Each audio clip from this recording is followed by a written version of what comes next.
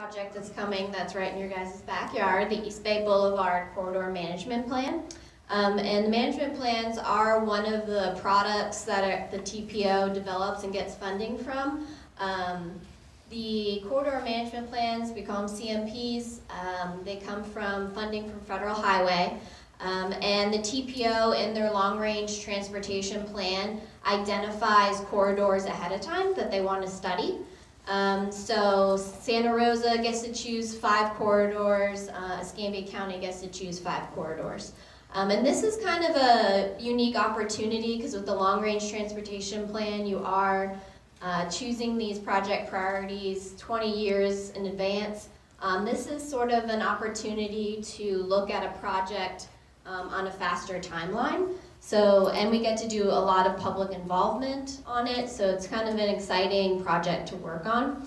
CMPs specifically, we look at operational and access management issues on the corridor, and we study vehicular, pedestrian, and bicycle movement. So most of you guys know there is already a multi-use path on East Bay Boulevard, so we'll be looking at that. We'll be looking at how pedestrians and bicycles use that multi-use path. We'll also be studying how that relates with the road. Here are the project limits. So obviously most of you guys know it goes from 87 to 98. It's about 9.8 miles. It's actually one of the longest corridors that we've studied before, so it will be interesting. We have major tasks here of public workshops. The public workshops, the regional council is the main manager of that. We do work with a general consultant on some of the data analysis, but we are overseeing the public workshops. We'll be holding a non-traditional one in probably this scope just got approved, so we'll have the final schedule coming out soon.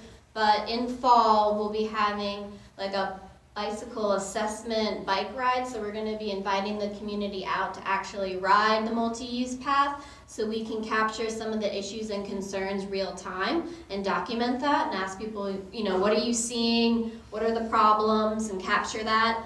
And then we'll work with our consultant and come back with just a regular workshop inviting everyone at a convenient location to the boulevard.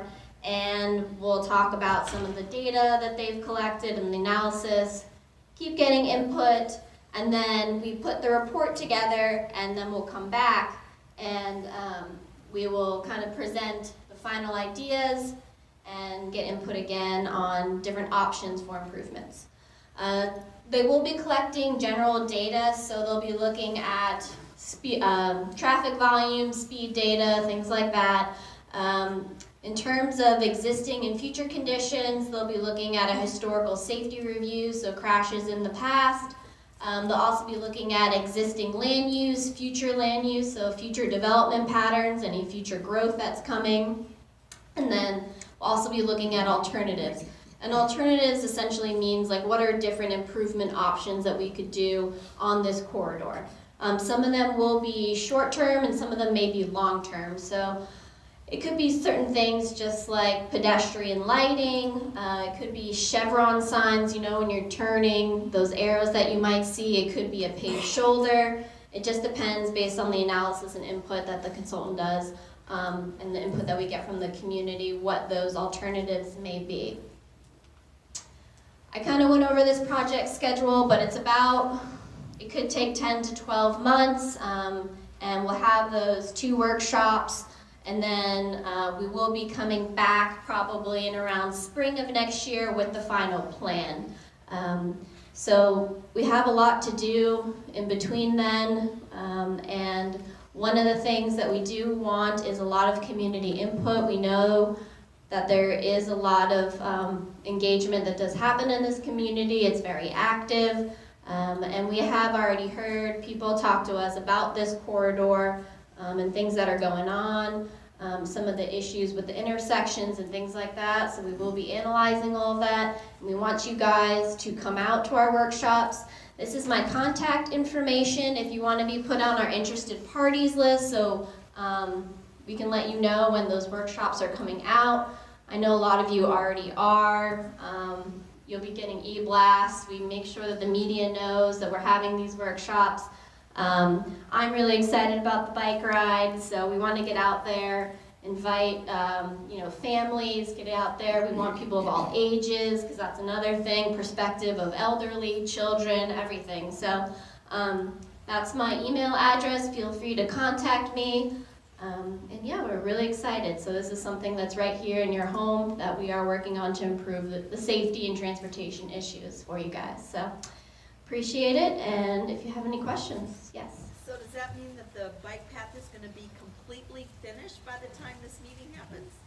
I was just speaking with the transportation planner for Santa Rosa County, and I can't remember what he said, but he says they're finishing it soon. And the bridge across? Yes, and the bridge, yes. Okay. Yeah, they got a technical assistance, a transportation alternatives project. They got approval from DOT that is paying for that last portion, the bridge portion, so that should be coming soon, so, yes. I live in Robidal, so that's why Okay, I'm asking. yeah.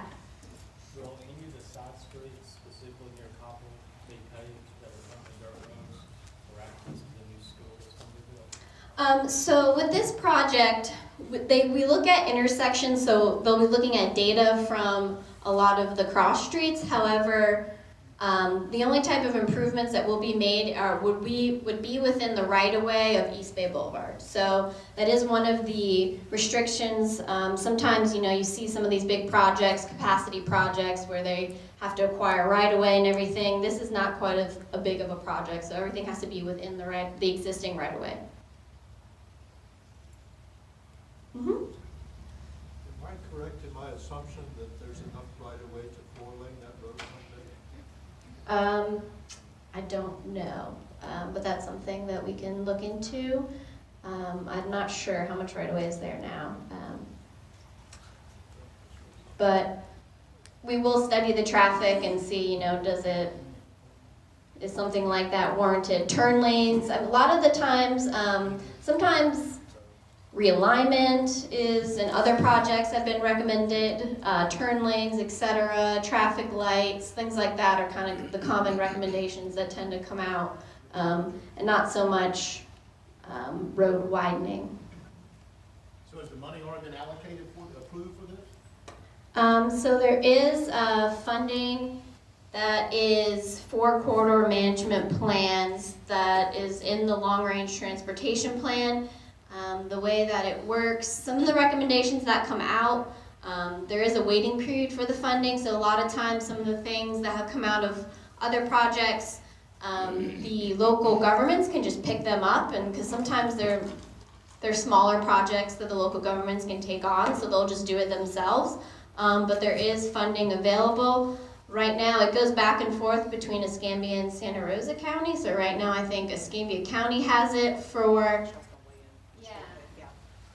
So when I first started all of this, as you can tell from my background, a lot of this was very new to me. So I was probably like about 90% of y'all, they do a study and it sits on the shelf and nothing ever happens with it. I fully thought that as well. However, these kinds of studies, what happens is they should be on a reference shelf. That's how we should think of it. Nothing can really get funded or done unless it's studied. We all know that. That's just part of the bureaucracy. That's fine.